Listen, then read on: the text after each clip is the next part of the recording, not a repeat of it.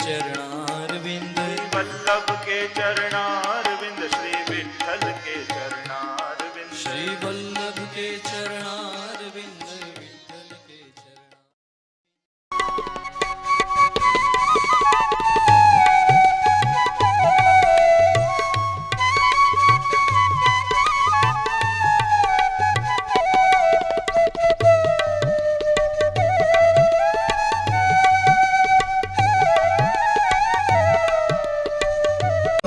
બોલો કૃષ્ણ કનૈયા लाल की जय। છેલ્લા અધ્યાયમાં કથાવ્રતિના નિયમો બતાવ્યા છે.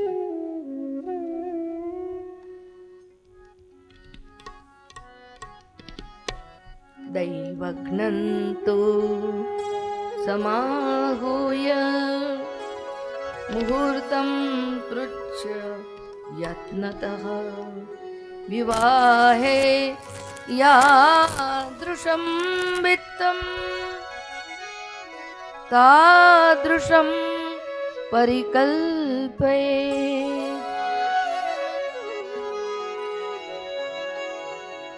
તમારા ઘરમાં કૃષ્ણ કનૈયા लाल की जय। લગ્ન મહોત્સવ આવ્યો હોય એવા ઉત્સાહથી આ જ્ઞાન યજ્ઞ આયોજવો.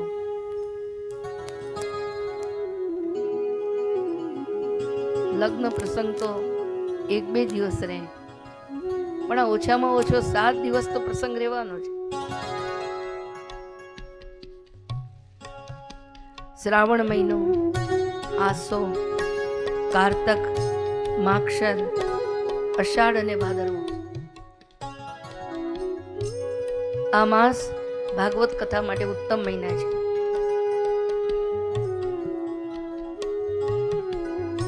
ખાસ કરીને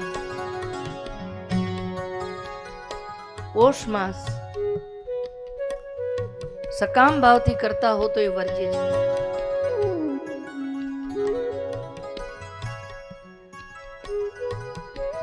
અને સજ્જનોનો સમાજ ભેગો થાય એટલા માટે ઇતર બંધુજનોની સહાયતા લઈ આ જ્ઞાન યજ્ઞનું સંપાદન કરવું, કુમકુમ પત્રિકાઓ લખવી, એમાં કહેવું કે અપૂર્વ રસરૂપૈવ કથા ચાત્ર ભવિષ્યતિ, અપૂર્વ રસરૂપા ભાગવતી કથા થશે. તો ભાગવત પિયુષ પીવા માટે હે રસલંપટો, તમે દોડતા દોડતા પધારો. કદાચિત તમને અવકાશ ન હો તો 1 દિવસ માટે પણ પધારો. આ મનોહાર કરી કરીને લોકોને બોલાવો. તીર્થમાં આયોજન કરી શકાય, વનમાં કરી શકાય, ઘરમાં કરી શકાય, જ્યાં ચિત્તમાં શાંતિ હોય ત્યાં કરી શકાય. વિશાલા વસુધા યત્ર, એ વિમુનું શોધન કરવું, માર્જન કરવું, લેપન કરવું, સુંદર મંડપ બાંધવો, ફલ પુષ્પાદિથી એને શણગારવો, 4 દિશાઓમાં ધ્વજાઓનું આરોપણ કરવું. આપણે તો હજુ 4 દિશામાં કર્યું નથી.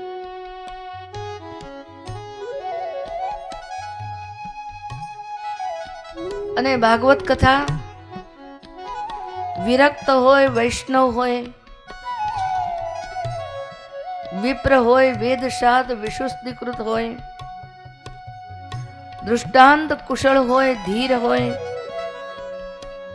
અને અતિ નિસ્પૃહા, જેણે કોઈ લોભ લાલચ ન હોય એવા ભગવદીય જનો પાસેથી શ્રવણ કરવું.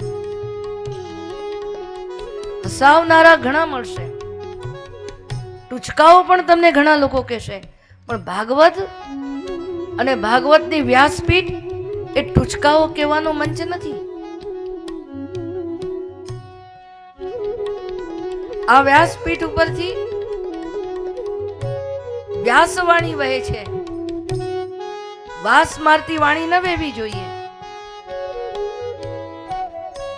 આ વ્યાસપીઠ તો ભક્તિ અને ભગવાનનું ગૌરવ છે, અને બોલવાનો અધિકાર આપણો ક્યાં છે? જેટલું ભગવાન બોલાવે એટલું જ બોલાય છે.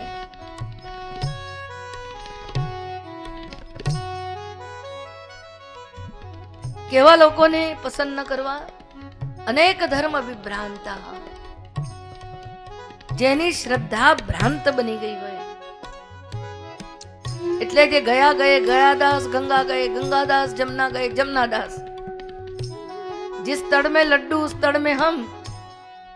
આવા ચારે બાજુ લાડુ જેવા ગબડતા, જેની શ્રદ્ધા ક્યાંય બેઠી ના હોય એની પાસે ન સાંભળવું. સ્ત્રીના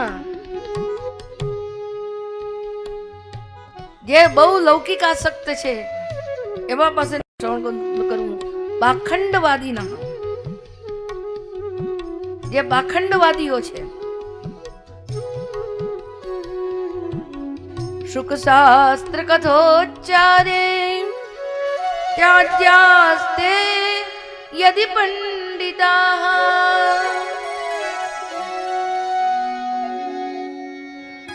એની પાસે ઉપવક્તાનું આસન પધરાવવું, પૂજન વગેરે સ્થાપનની પદ્ધતિઓ બતાવી અને ખૂબ શ્રદ્ધાપૂર્વક શ્રીમદ ભાગવતની પૂજા કરવી.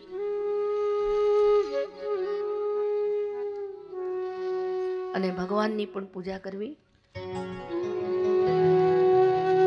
બહુ જ દીન ભાવે વિનંતી કરવી. સંસાર સાગરે મગ્નમ દીનમ મામ કરુણાનિધે કર્મમો ગૃહીતાંગમ સમુદ્ધાર સમુદ્ધર ભવાર્ણવાન. હું સંસાર સાગરમાં મગ્ન છું, દીન છું. હે પ્રભુ, મારો ઉદ્ધાર કરો. અને શ્રીમદ ભાગવત ભગવાનને પણ પૂજા કરતી વખતે વંદન કરવા. શ્રીમદ ભાગવતાખ્યોયમ પ્રત્યક્ષ કૃષ્ણેવ હિ. આ સાક્ષાત કૃષ્ણ છે. સ્વીકૃતોસી મયા નાથ મુક્ત્યર્થમ ભવસાગરે. હે નાથ, ભવસાગરમાં મુક્તિ કે ભક્તિ માટે મેં આપનો સ્વીકાર કર્યો છે. હે ભાગવત ભગવાન, મનોરથ મદીયોયમ સફલ સર્વથા ત્વયા નિર્વિઘ્નેનૈવ કર્તવ્યઃ દાસોહમ તવ કેશવ.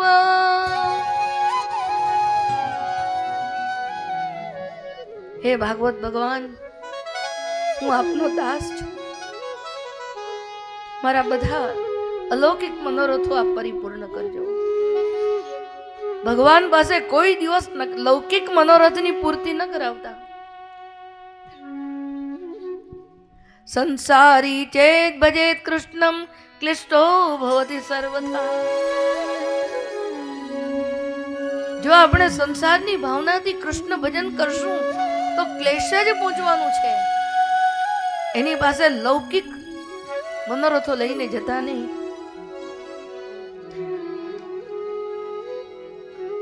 અને સુખદેવજીની પૂજા કરવી. હે શુકરૂપ પ્રબોધગ્ન સર્વશાસ્ત્ર વિશારદ એતત કથા પ્રકાશેન મદજ્ઞાનમ વિનાશય.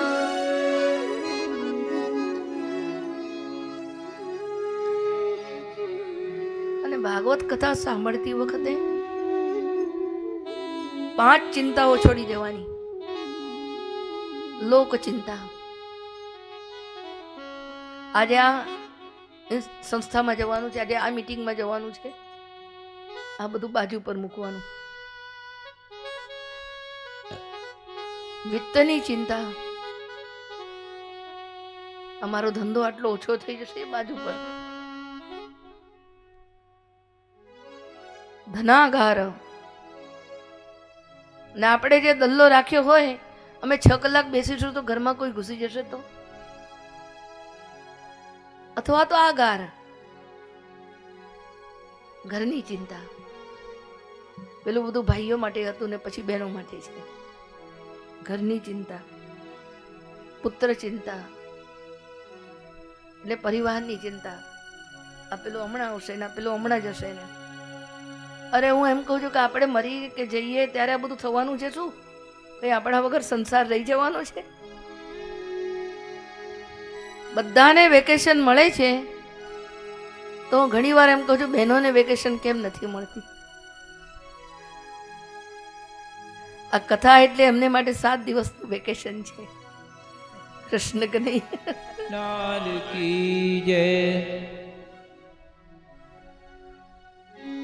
ઘણા લોકો મને પૂછે છે, મારી મમ્મી આટલા બધા કલાક સાંભળવા જાય છે, બેસે છે.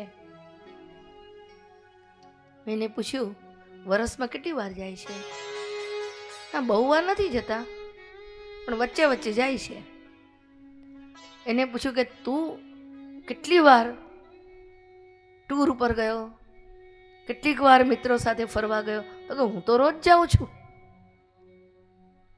તને રોજ જવાની છૂટ, પણ મારી મમ્મી તો મંદિરે જાય છે, કથાઓ સાંભળવા જાય છે. આ બધું તમને નથી લાગતું કે ધતિંગ કરે છે? મેં એને સમજાવ્યું કે તું કરે છે બધું સારું અને તારી મમ્મી કરે છે બધું ધતિંગ. હે, તું રમવા જાય, તું સિનેમા જોવા જાય, તું જાત જાતના કામો કરવા જાય, તારા મિત્રો સાથે ઠઠ્ઠા મશ્કરીઓ કરે, તારું ઇન્ટરેસ્ટ છે તો તારી મમ્મીનો ઇન્ટરેસ્ટ છે. તને જો તારી જિંદગી જીવવાનો અધિકાર છે તો તારી મમ્મીને પણ એની જિંદગી જીવવાનો અધિકાર છે અને છે જ.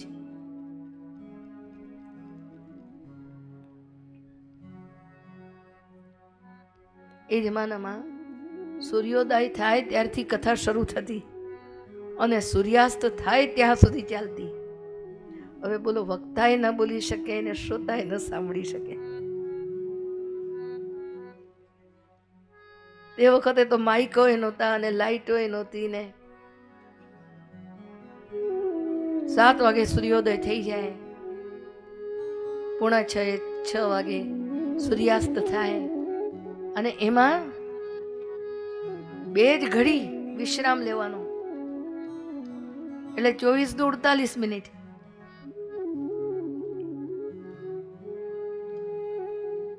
મધ્યાહને ઘટિકાદ્વયમ. તો એ જમાનાના ઘી બહુ પાકા હતા ને,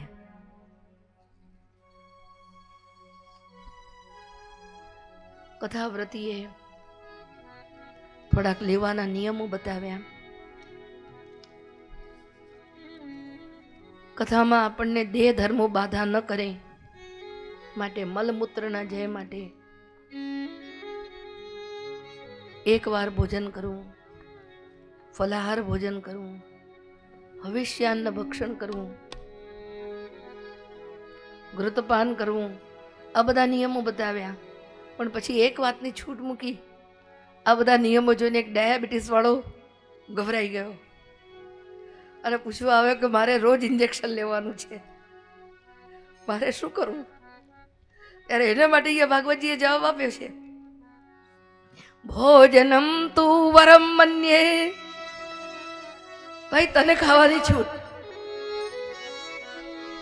કથા શ્રવણ કારકમ નોપવાસો વર પ્રોક્ત કથા વિઘ્ન કરો યદી. જો આ નહીં ભોજન કરવાથી તને દેહ ધર્મ બાધા કરતો હોય એના કરતા ભાઈ તું 4 વાર ખાજે પણ કથા સાંભળવા આવ. આ બધા નિયમો જડતાથી નથી પાળવાના. હવે નિયમ એક છે કે એક આસન પર બેસવું, એટલે લોકોએ રડ લીધી કે જ્યાં બેઠા ત્યાં બેસવું. તો એક આસનનો આ જ અર્થ હશે? પછી એક આસન ઉપર બેસીને ધ્યાન રે કે ના હોય પણ બેસવું તો ત્યાં જ. થોડા વર્ષો પહેલા એક કથા હતી, એમાં એક 80 વર્ષના કાકા હતા, એ કથાવ્રતી થયા અને આગળ આવીને જ બેસે અને પહેલે દિવસથી બેઠા, પોતાનું આસન લગાડીને બેઠા. લોકોએ કહ્યું કે ભાઈ અરે તમે આમ બાજુ પર બેસો. તો કે ના, નિયમ એવો છે કે એકાક જ આસન પર બેસવું. પણ જ્યાં કથા શરૂ થાય એટલે ભાઈના હાલરડા શરૂ થાય. લોકોએ કહ્યું તમે આગળ બેસીને ઊંઘી ન જાઓ. ઊંઘી ન જાઉં તો શું કરું, હું 80 વર્ષનો છું. અરે પણ તમે 80 વર્ષના આગળ બેસો, ઊંઘી જાઓ, એના કરતા છેવાડે બેસતા હો તો. પણ ના, મેં એકાસન પર નિયમ લીધો છે તો આગળ જ બેસું ને, આવીને આસન નાખી દીધું છે મેં. એકાસનનો નિયમ એ છે એક ચિત્તે શ્રવણ કરવું, ધ્યાન આપીને શ્રવણ કરવું. કથાવ્રતીએ બ્રહ્મચર્યનું પાલન કરવું અને દ્વિદલ ભોજન ન કરવું, એટલે ફણગાવેલી કોઈ પણ વસ્તુ લેવી નહીં. બહુ ગરિષ્ઠ પદાર્થો ખાવા નહીં, ભાવદુષ્ટ અન્ન ખાવું નહીં, વાસી રાખેલું અન્ન ખાવું નહીં, કામ ક્રોધ મદ માન આ બધા વિકારોને અંદર આવવા દેવા નહીં. વેદની નિંદા ન કરવી, વૈષ્ણવોની નિંદા ન કરવી, ગુરુ અને ગાય અને વ્રતિઓની નિંદા ન કરવી, મોટા માણસોની નિંદા ન કરવી. આ બધા કથાવ્રતીના નિયમો આપ્યા. અને એક વાત કહી, દરરોજ પુસ્તક અને વક્તાનું પુષ્પહારથી પૂજન કરવું, પ્રસાદ અને તુલસી માલાનું અંતે વિતરણ કરવું. જો એ વિરક્ત હોય શ્રોતા તો એને ગીતાનું વાચન કરવું, પણ જો ગૃહસ્થ હોય તો એને ભગવાનના સહસ્ત્ર નામોથી હવન કરવું.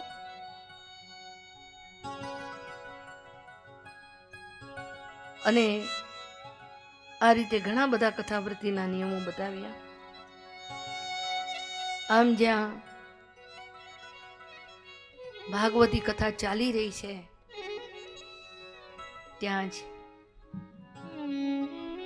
એ સભાની અંદર સાક્ષાત નારદજી જેવા ભગવતીઓ પધાર્યા, સુખદેવજી મહારાજ પધાર્યા અને સાથે સાથે સાક્ષાત ભગવાન પણ પધાર્યા. બોલો ભાગવત ભગવાન की जय, ભાગવત भगवान की जय. एवं ब्रुवाणे सति बादरायण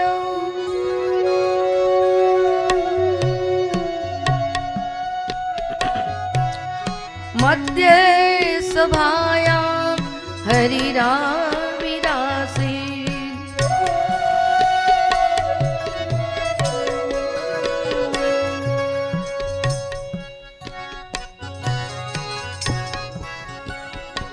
એ વખતે પ્રહલાદ સ્થાલધારી તરલ ગતિ તયા ચોદવ કાંસ્યધારી. પ્રહલાદજી તાલ આપવા લાગ્યા, ઉદ્ધવજી કાંસી જોડા વગાડવા લાગ્યા. વીણાધારી સુરર્ષિ, નારદજીએ વીણા વગાડી. સ્વર કુશલ તયા राग करतार जुनूबुत, और सुंदर सुंदर भजन भगवान के अर्जुन जी गाने लगे. इंद्रोवादिन मृदंगम, इंद्र मृदंग बजाने लगे. जय जय जय कराहा कीर्तने ते कुमारा, जय जय जय जय कृष्ण कन्हैया लाल की जय, कृष्ण तत्राग्रे भाववक्ता सरस रचनया व्यासपुત્રો बभूव। અને જ્યાં વ્યાસપુત્ર સુખદેવજી મહારાજ કથા કરતા હતા, ભગવાન પધાર્યા.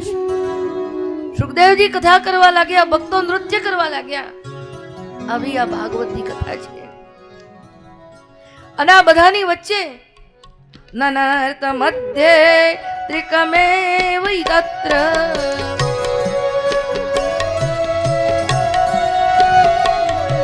આ ત્રણેયનું જોડું ભક્તિ જ્ઞાન ને વૈરાગ્ય નાચવા લાગ્યા. ભક્તિ સુતાભ્યામ સહરક્ષિતા સ્વા,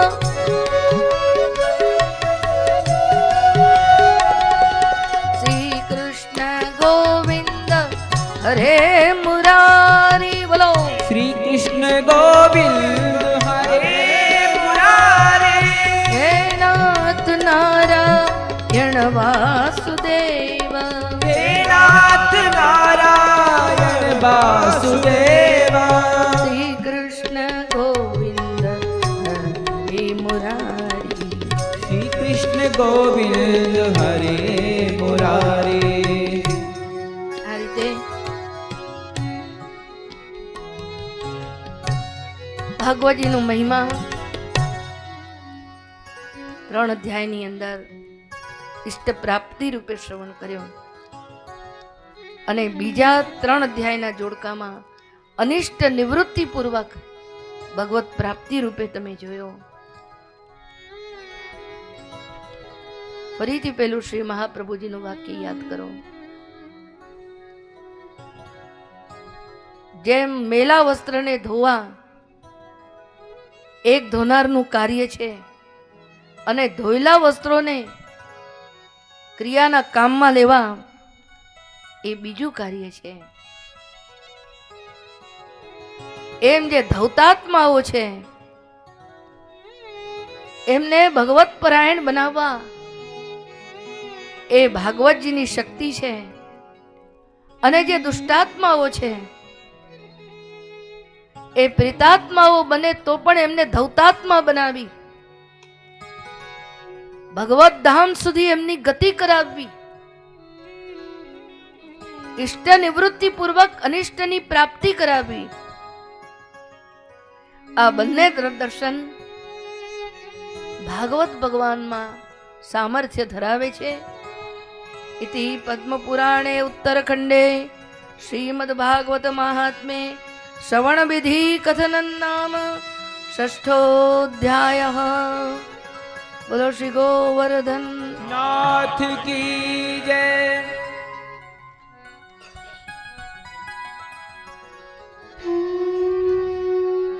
जय राधे राधे गोविंद गोविंद राधे राधे राधे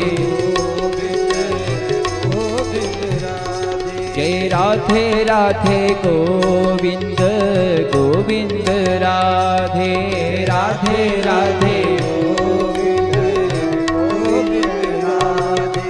गोविंद राधे गोपाल राधे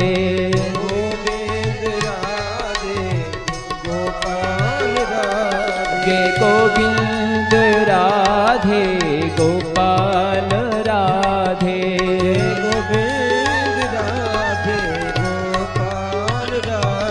जय गोविंद राधे गोपाल राधे गोविंद राधे गोपाल राधे जय जय राधे राधे गोविंद गोविंद राधे राधे राधे गोविंद गोविंद राधे.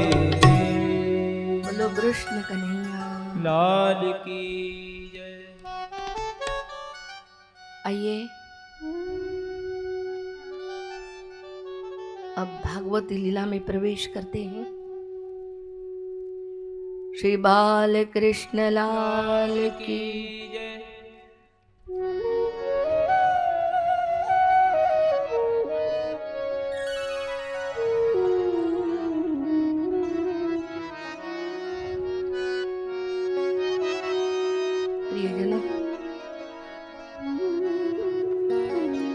અલૌકિક ભગવત દર્શન કરાવવા માટે અને ભગવત રસ આપવા માટે આ ભાગવત શાસ્ત્ર છે. બ્રહ્માંડ સર્જનથી લઈ ઠેઠ ભગવદ આશ્રય સુધી ભાગવત શાસ્ત્ર આપણને લઈ જાય છે. 12 સ્કંદ એ વાંગમય પુરુષોત્તમના 12 અંગો છે.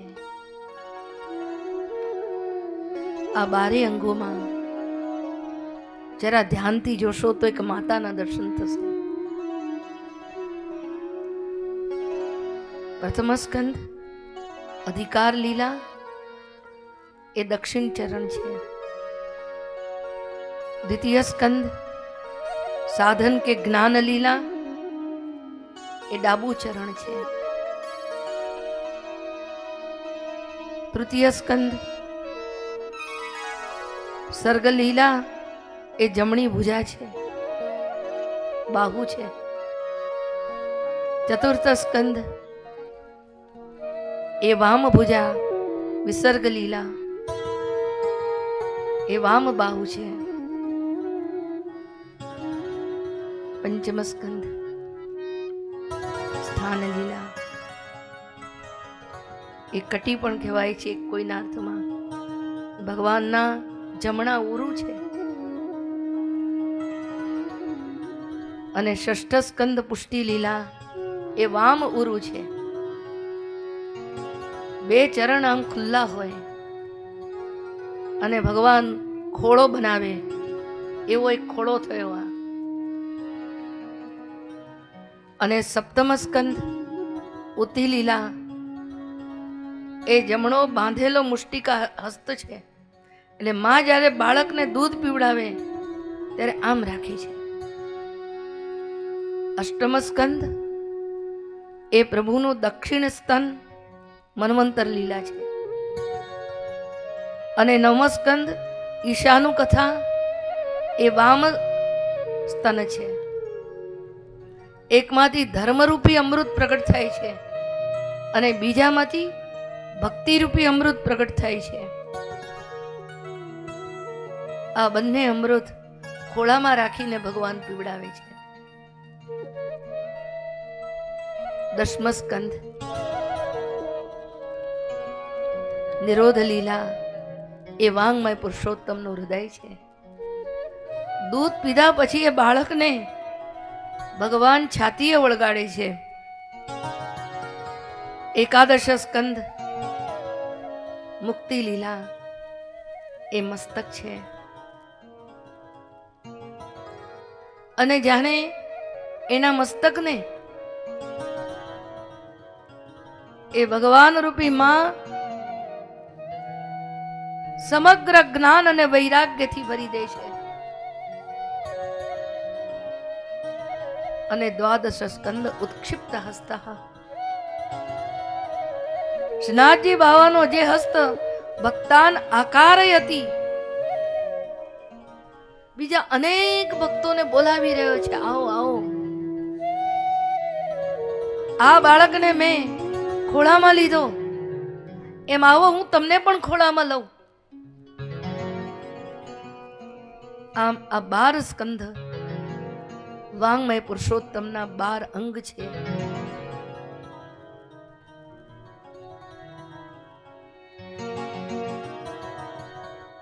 અને એક એક સ્કંધમાં એક એક લીલાનું દર્શન છે. ને આ બધી જ પ્રભુની લીલા છે. અનાયાસ એના હર્ષાત ક્રિયા લીલા. ભગવાન બધું જ અનાયાસે હર્ષથી કરે છે. પ્રથમ સ્કંધ અને દ્વિતીય સ્કંધ એ 10 લીલાઓને ઉપયોગી થવા માટેની ગૌણ લીલાઓ છે. અધિકાર લીલા અને સાધન લીલા. આપણે જાણીએ છીએ પાત્ર હોય ને એટલું જ પહોંચી શકે. ચપટી વાળાને ચપટી જેટલું મળે, મુઠ્ઠી વાળાને મુઠ્ઠી જેટલું મળે. વળી ઘણા મુઠ્ઠી વાળા એવા હોય છે કે અહીંયાથી બધું નીકળી જાય. ખોબાવાળાને ખોબા જેટલું મળે,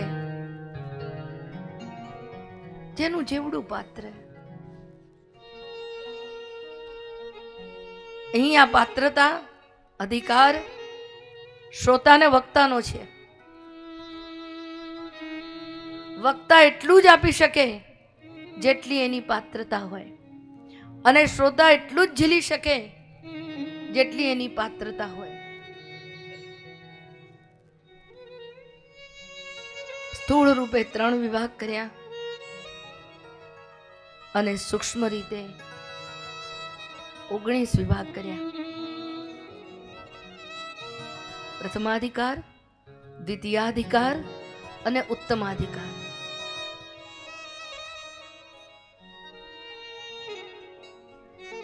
પ્રથમાધિકારમાં જે શ્રોતાને વક્તા છે એ આપણા કરતા તો બહુ ઊંચા છે હો, એટલે હું હીન શબ્દ નથી વાપરતી.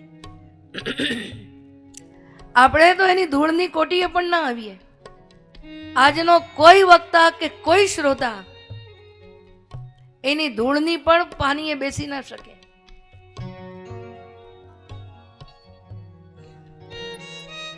આ વક્તા શબ્દને ગ્રહણ કરે છે. આજે તો અડધા વક્તાઓને શબ્દ પણ ખબર નથી. એકવાર એક વક્તા હતા. એક એવી કથા કરતા હતા કે જે ભાગવતજીમાં નહોતી. મેં એમને પૂછ્યું, આ તમે શું વાંચો છો? મને કહે છે ભાગવત વાંચું છું. આ બધું ભાગવતજીમાં છે? હા છે જ ને. મને બતાવશો? તો કે બતાવવા ફતાવવાનું કામ મારું નહીં, તમારે જોઈ લેવાનું. શબ્દ તો ગ્રહણ કરે જ છે. એ મેધાવાન છે, યાદ શક્તિ છે,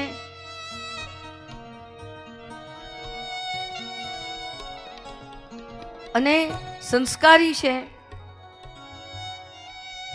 આ વક્તામાં એટલી જ વસ્તુ છે, એ વિરક્ત નથી અને અર્થ જ્ઞાન પૂરું નથી, શબ્દ જ્ઞાન પૂર્ણ છે.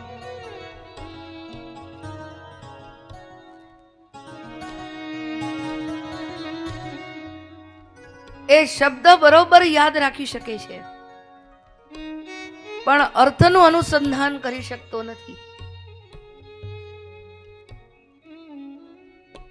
અને આવો શ્રોતા પણ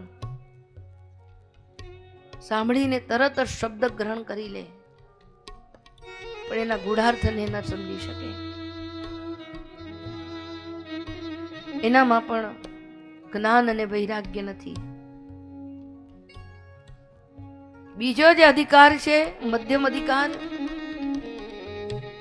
એનામાં સ્મરણ છે, સમજણ છે, અર્થાનુભૂતિ કરવા માટે મલ વિક્ષેપ રહિત મન બુદ્ધિ છે, છતાં કાર્યાવેશને લીધે ફરી ફરીને ચિત્ત વિક્ષિપ્ત થયા કરે છે. જ્ઞાન હોવા છતાં એનામાં વૈરાગ્ય નથી. ઉત્તમ શ્રોતા વક્તાને એ છે જે નામનો વિક્રય કરતા નથી, કાર્યમાં બહુ રચ્યા બચ્યા રહેતા નથી, એમનો વૈરાગ્ય દૃઢ છે, પ્રભુમાં પૂર્ણ અનુરાગ છે, એમની પાસે ગૂઢાર્થ અર્થ જ્ઞાન પણ છે. વક્તા આપે છે અને શ્રોતા એને ગ્રહણ કરે છે. ઘણી વાર ઘણા લોકો કહે છે, ભાઈ આ તો ઊંચું ઊંચું કહે છે, કઈ હસાવે એવું કહેતા નથી. એટલે ઘણી વાર કહેવાનું મન થાય કે તો તમારે એકડિયા ક્લાસમાં જવું જોઈએ, તમારે એમએના ક્લાસમાં આવીને બેસવું ન જોઈએ.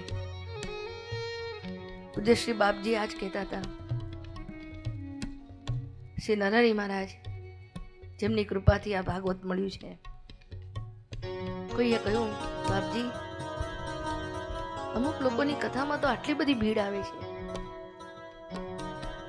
અને આપ બધે ઠેકાણે પધારો છો. એમણે બહુ કહ્યું કે ભીડ જોઈને ભગવાન ન મપાય.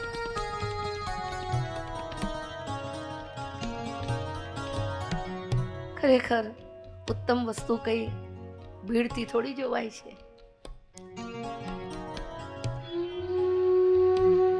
કોઈ આવે કે ના આવે, પણ જે અંદર છે એ કહેવાનું છે. એના ગુડાર તો પ્રગટ કરવાના છે. અને આ ગુડાર તો પ્રગટ કરવા માટે તો શ્રી મહાપ્રભુજીનું પ્રાગટ્ય છે.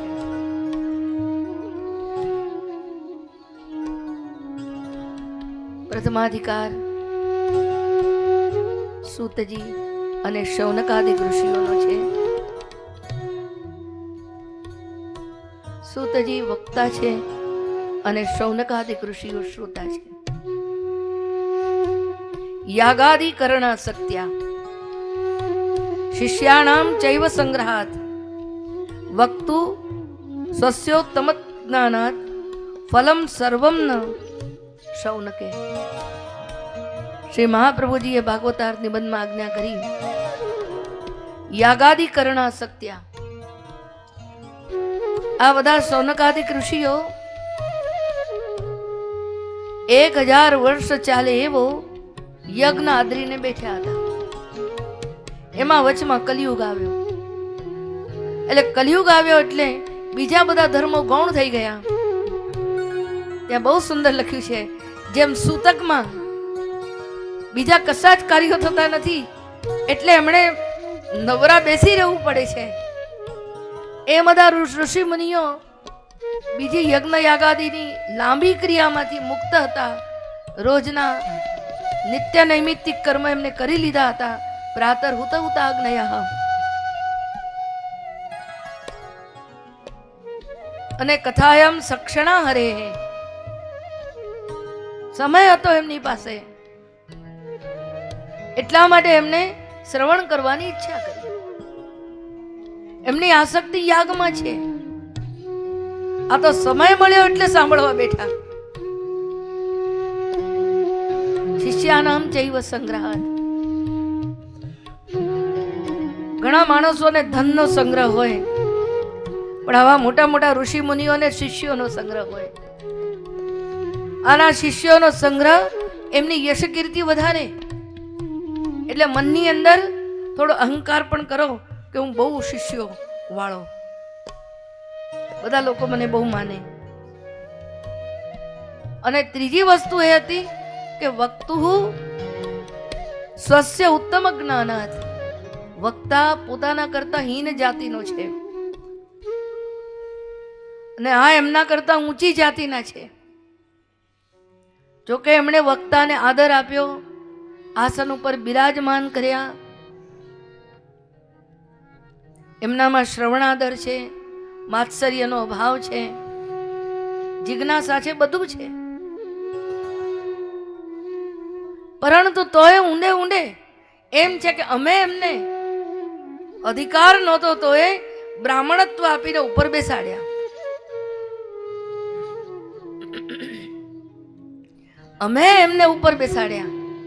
ઘણા લોકો કેવા આવે છે કે અમે એમને આગળ લાવ્યા. હું એમ પૂછું છું, જે સૂર્ય છે એને કોઈ ચમકાવી શકે? સૂર્ય પોતે દેદીપ્યમાન છે. બહુ બહુ તો વચલું વાદળું ખસેડી શકે, પણ સૂર્યનું તેજ કોઈ આપી શકે છે? તેજ તો અંદરથી છે.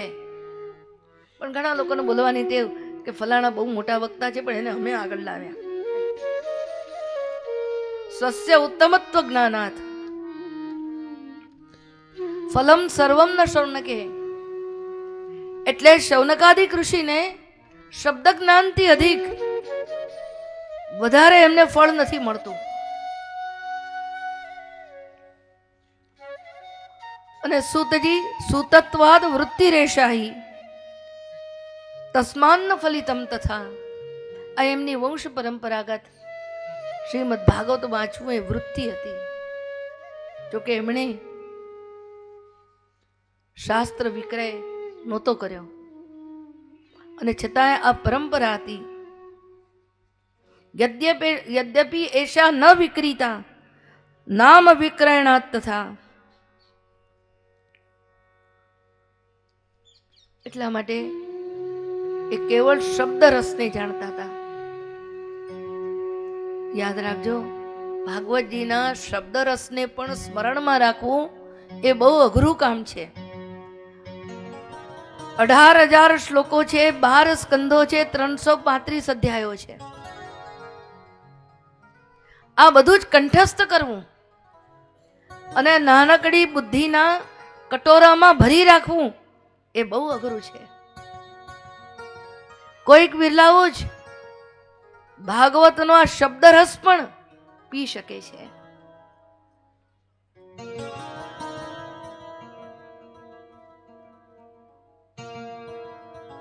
અને મધ્યમ અધિકાર એ નારદજી અને વ્યાસજીનો છે.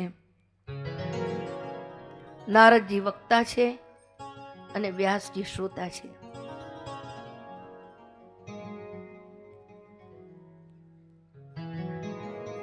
વ્યાસજી ભગવદ અવતાર છે અને તર્કથી એમને બધું ખબર પડી જાય છે.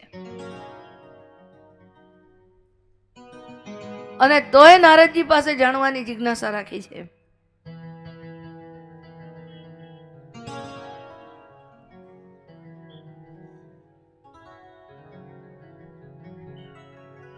એ ઘણા બધા સાધનો જાણે છે. નાના સાધન વિજ્ઞાનાત સર્વદા નારદાત પ્રમા. અને પછી નારદજી નિર્ણય આપે એ સાધનને શ્રેષ્ઠ માને છે.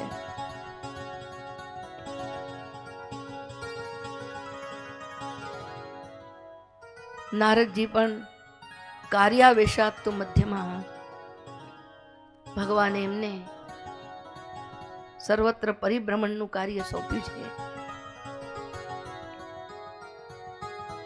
નારદજી અને વ્યાસજીમાં શબ્દ રસ છે અને અર્થ રસ પણ છે, પણ વૈરાગ્ય રસ નથી. અસ્મિન શાસ્ત્રે યથા યથા વૈરાગ્યમ. આ શાસ્ત્રમાં જેમ જેમ વૈરાગ્ય આવશે તેમ તેમ અધિકાર વધશે, પાત્રતા વધશે.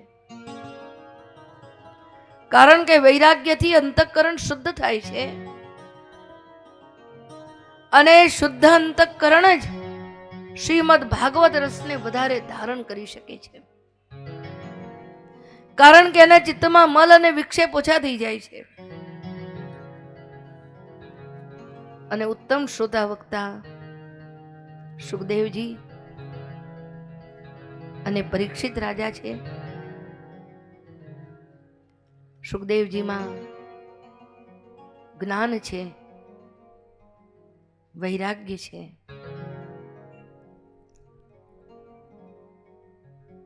એટલા માટે સુખદેવજી શબ્દ રસને જાણે છે, અર્થ રસને જાણે છે.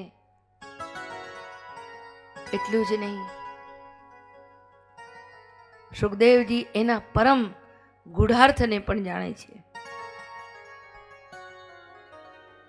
એટલા માટે 7 જ દિવસમાં શ્રવણ કરીને પરીક્ષિત રાજાને મુક્તિ મળી. વિચાર કરો, આપણને બહુ સાંભળવું પડે અને તય થોડું યાદ રહે થોડું ન રહે. દાદા બધા શ્રી ગોવર્ધન નાથ કી જય. ભજ મન રાધે ગોવિંદા, ભજ મન રાધે ગોવિંદા, ભજ મન રાધે ગોવિંદા, ભજ મન રાધે ગોવિંદા.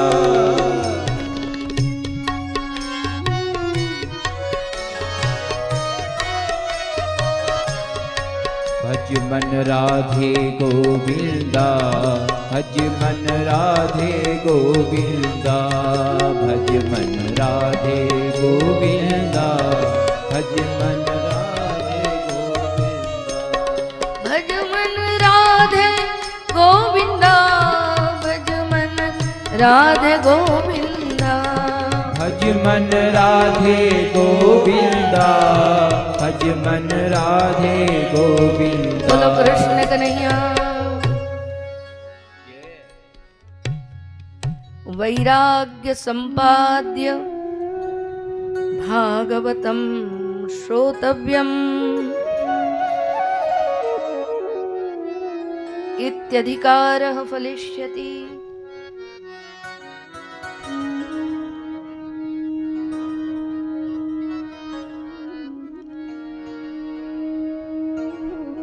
એવી રીતે આ સ્થૂળ અધિકાર જોયો.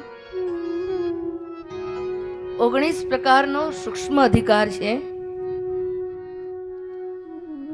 એમાં 9 અધ્યાયની અંદર સાધારણ અધિકાર, 9 અધ્યાયની અંદર અસાધારણ અધિકાર અને 1 અધ્યાયની અંદર નિર્ગુણ અધિકાર.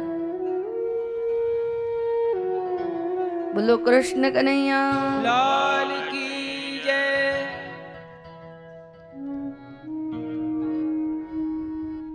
સાધારણ અધિકારમાં વક્તા 9 પ્રકારે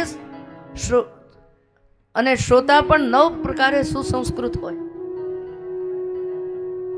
પરીક્ષિત રાજા 9 પ્રકારે સુસંસ્કૃત છે. જિજ્ઞાસુત્વ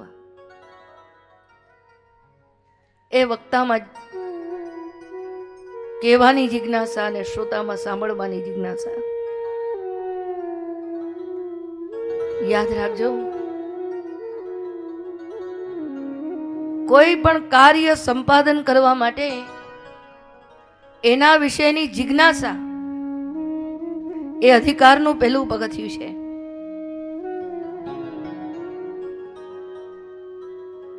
બ્રહ્મને પામવા માટે બ્રહ્મ માટેની જિજ્ઞાસા એટલે બ્રહ્મ માટેનો વિચાર. જિજ્ઞાસા કશું કરતી નથી, કરવા માટે તો વિચાર છે. એટલે મહાપ્રભુજીએ ભાષ્યની અંદર વિચારમાં એની લક્ષણા કરી છે. બ્રહ્મ માટેનો વિચાર, એમ ભાગવતજી જાણવા માટેનો સતત વિચાર. એ વિચાર આપણને પોષિત ક્યાંથી થાય? શ્રવણ, મનન અને નિધિધ્યાસનમ. આત્મા વા અરે શ્રોતવ્ય મંતવ્ય નિધિધ્યાસિતવ્યશ્ચ. શ્રવણ કરીએ,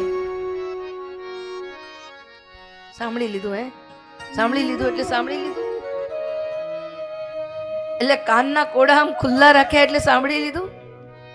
શક્તિ તાત્પર્ય નિર્ધાર શ્રવણમ. વક્તા અભિધા લક્ષણા કે વ્યંજનામાં બોલતો હોય,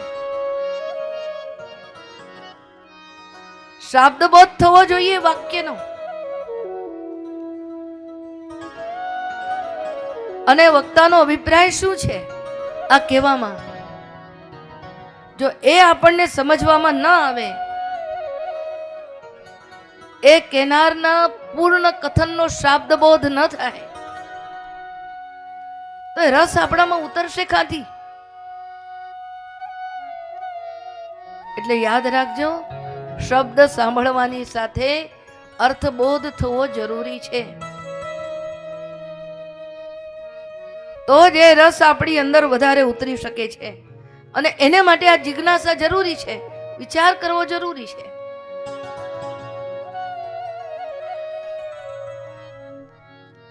જ્યારે આપણે જિજ્ઞાસા પૂર્વક કોઈની પાસે જઈએ ત્યારે અમાત્સર્ય, આપણા હૃદયમાં માત્સર્ય ના જોઈએ.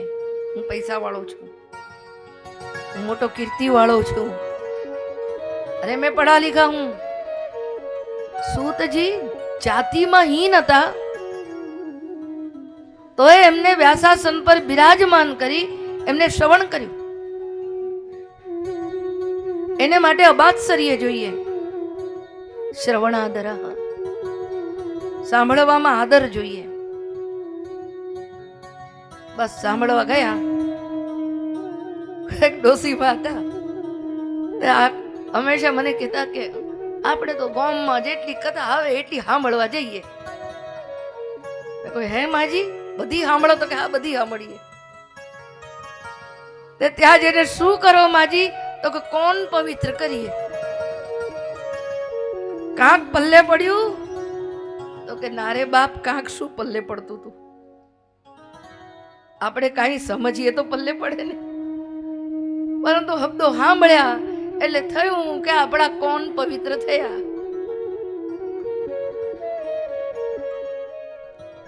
ભગવત કૃપા. પાછું આ સંભળાવનાર કોઈ જોઈએ ને.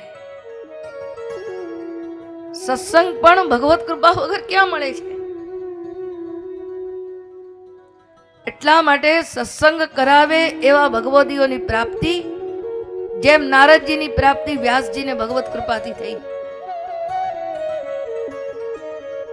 ભગવદીયત્વ. પછી આપણે ભગવદીય બનીને સાંભળીએ. ઇત્તફાકથી આવીને બેસી ગયા, સાંભળવાનું હતું ને સાંભળી લીધું, પણ અંદર ભગવત પ્રેમ લઈને શ્રવણ કરીએ અને સાંભળતા સાંભળતા ભગવદ એકત્વ, આપણું મન એમાં તન્મય તદાકાર થઈ જાય. જેમ નારદજીએ 5 વર્ષની ઉંમરમાં ગુરુઓ પાસે શ્રવણ કરીને એકત્વ મેળવ્યું હતું. અને આ બધું આપણી અંદર આવે ક્યાંથી? ક્ષેત્ર શુદ્ધિથી. ખેતરની શુદ્ધિ એટલે આપણું શરીર એ ખેતર છે હો ભાઈ. આપણે પ્રતિપળ એને ખેડી રહ્યા છીએ અને ખેડીને બીજ વાવી રહ્યા છીએ. હવે જોઈ લઈએ કે બીજ સડેલા છે કે સારા છે. વાસનાના બીજ રોપીએ તો સડેલા છે, વાસુદેવ ભગવાનની ભક્તિના બીજ રોપીએ તો એ સારા છે. આ ખેતર એટલે જેનામાં બાળકનો જન્મ થવાનો છે એ માં ખેતર છે. પરીક્ષિતનો જન્મ કેવા ક્ષેત્રમાં થયો? કુંતાજી જેવા ભગવદીયો, જેની દાદીમાં દ્રૌપદી, જેના પવિત્ર ભગવદીય દાદીમાં, ઉત્તરા જેની દાદીમાં, જેની માં સુભદ્રા જેની દાદીમાં, ભગવાન શ્રી કૃષ્ણનો જેને સંબંધ, આ બધી માતાઓ પ્રથમ સ્કંદની અંદર તમને ભગવત સ્ત્રીઓના દર્શન, ભગવદીય સ્ત્રીઓના દર્શન થશે, જે પરમ ભક્તાઓ છે.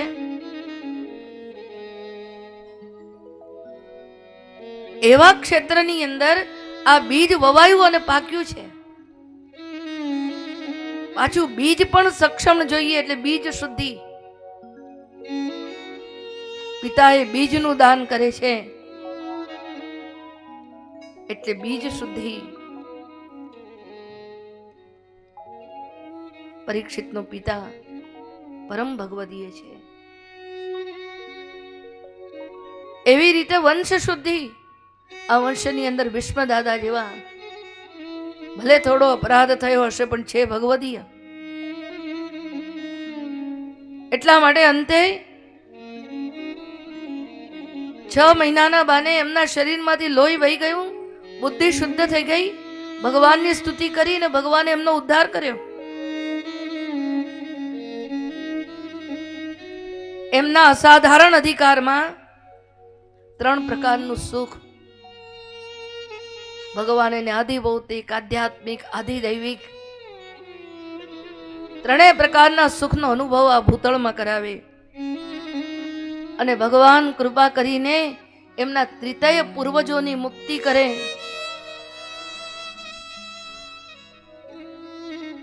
પરીક્ષિતના આ વંશની અંદર એક એવો પૂર્વજ હતો જેને મુક્તિ જ ન મળે, અને એ હતો ધૃતરાષ્ટ્ર.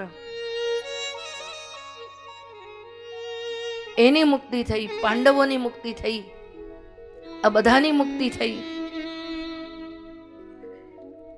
વળી પરીક્ષિત રાજાના પોતાની અંદર લૌકિક સામર્થ્ય, એને કાળ જય કર્યો અને દેશ જય કર્યો. દેશ કાળને કોણ જીતી શકે ભગવદીય વગર? અલૌકિક સામર્થ્ય, એને કલિયુગનો નિગ્રહ કર્યો. અને પરીક્ષિત રાજાની ધર્મોન્નતિ.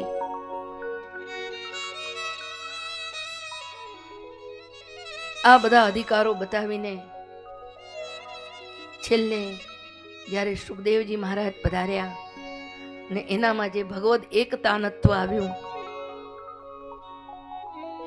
શ્રી મહાપ્રભુજી આજ્ઞા કરે છે, સાધારણ અધિકાર જો એનામાં ન હોય તો સ્વરૂપનું જ્ઞાન ન થાય. એટલે શ્રવણ બરોબર કરી શકે નહીં, શ્રવણનું સ્વરૂપ એને ખબર ન પડે. અસાધારણ અધિકાર એનામાં ન હોય, મર્યાદાયામ શ્રદ્ધા ભાવાદ ન અર્થ જ્ઞાનમ, એને અર્થ જ્ઞાન થાય નહીં.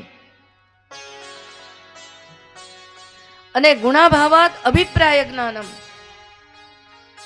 શાબ્દબોધ થવામાં જે શબ્દ જ્ઞાન જોઈએ, અર્થ જ્ઞાન જોઈએ ને અભિપ્રાય જ્ઞાન જોઈએ, એ ત્રણેય પ્રકારનું જ્ઞાન આ પ્રકારના અધિકારથી થાય છે. સર્વ અધિકારનો એક જ અધિકાર, અને તે પ્રભુના ચરણારવિંદમાં બેસી ચરણારવિંદનું ઉપાસન કરતા કરતા આગળ જવું.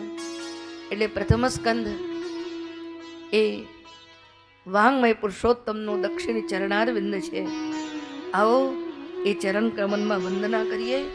બોલો કૃષ્ણ કનૈયા लाल की जय। 3 શ્લોકની અંદર મંગલાચરણ કરીએ. જન્માદ્યસ્ય યતોન્મયાદિ તરત ચાર્થેષ્વવિઘ્ન સ્વરાટ તેને બ્રહ્મરુદાય આદિ કવયે મુહ્યન્તિ યત સૂરયઃ તેજો વારી મૃદામ યથા વિનિમયો યત્ર ત્રિસર્ગો મૃષા ધામ્ના સ્વેન સદા નિરસ્તકુહકમ સત્યમ પરમ ધીમહિ. બોલો સત્યમ परम धीमहि સત્યમ પરમ ધીમહિ. सत्यं परं धीमहि। ભાગવતજીની એક વ્યાખ્યા છે, યત્રાધિકૃત્ય ગાયત્રીમ વર્ણ્યતે ધર્મ વિસ્તરઃ વૃત્રાસુરવધોપેતમ તદ્ભાગવતમિષ્યતે. જેમાં ગાયત્રી બીજ હોય, ધર્મશાસ્ત્ર રૂપી વૃક્ષ હોય, અને ભક્ત્યાત્મક પ્રતિબંધક કરનાર વૃત્રાસુરનો વધ કરીને જ્યાં ભક્તિ પ્રવર્તમાન થતી હોય, એટલે ભક્તિ રૂપી ફળ જેમાં હોય, એ શાસ્ત્રનું નામ શ્રીમદ ભાગવત છે. આમાં પહેલો શ્લોક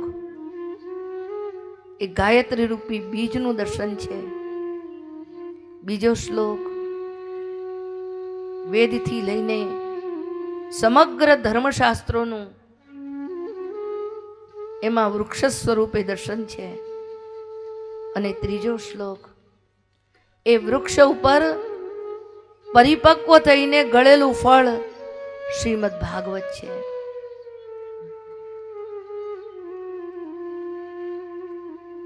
આપણે ગાયત્રી મંત્રમાં બોલીએ છીએ,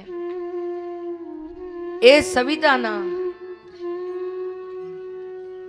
સવિતા દેવના વરેણ્ય દેદીપ્યમાન તેજને અમે ધ્યાન કરીએ છીએ, જે અમારી બુદ્ધિની પ્રેરણા છે.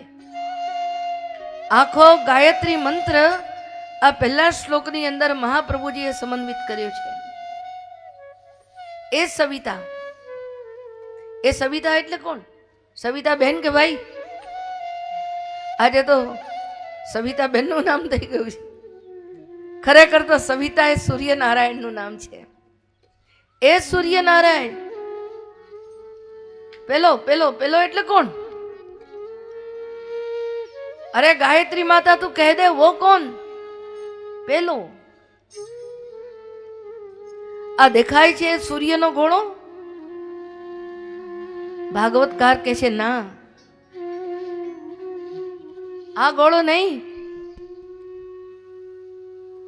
અરે પરાત્પર પરમ પુરુષોત્તમ જે સત્ય ને પરનામથી ઓળખાય છે, સત્યમ પરમ પરમ સત્યમ,